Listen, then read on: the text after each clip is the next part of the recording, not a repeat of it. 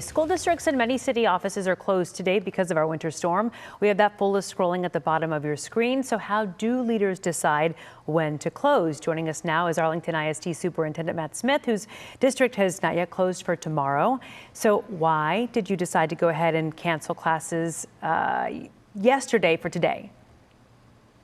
Yeah, we started to take a look, at the weather forecast, and we knew that we would probably be able to get to school first thing in the morning, but we knew the precipitation was coming in and we'd be right about that freezing mark. So getting students and staff home from school, if we had a weather event, it would place an enormous burden on parents, and the safety of our kids, staff, is obviously primary for us. So we made the decision to close yesterday, and honestly, we're making the decision to close tomorrow as well.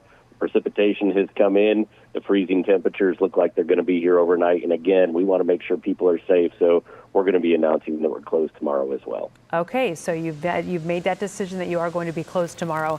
Thank you for sharing that with us. You know, you made a good point this morning. I know you can't make everybody happy when you're making these decisions, but you talked about teenagers driving to school as well. There's a lot that you factor in when you're deciding to close the schools.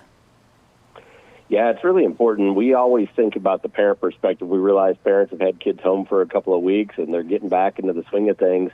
But we do have to take many things into account when we're making a weather decision. And our teenage drivers are definitely on our minds when they're driving to school.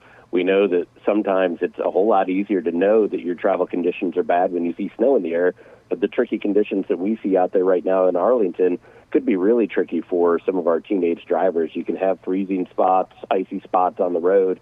They may not be used to driving in them. They may not be ready for them or have any kind of visual cue to be slowing down for them. So we always take that into consideration. And you also don't have all of your teachers and staff who live near the campus that they potentially work at.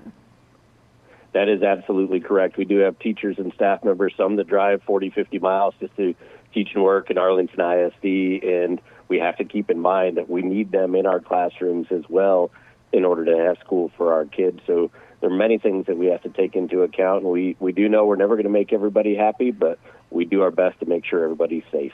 Okay, well, thank you for the update. We appreciate it, and stay safe over the next couple of days. Thank you. Thanks, you too.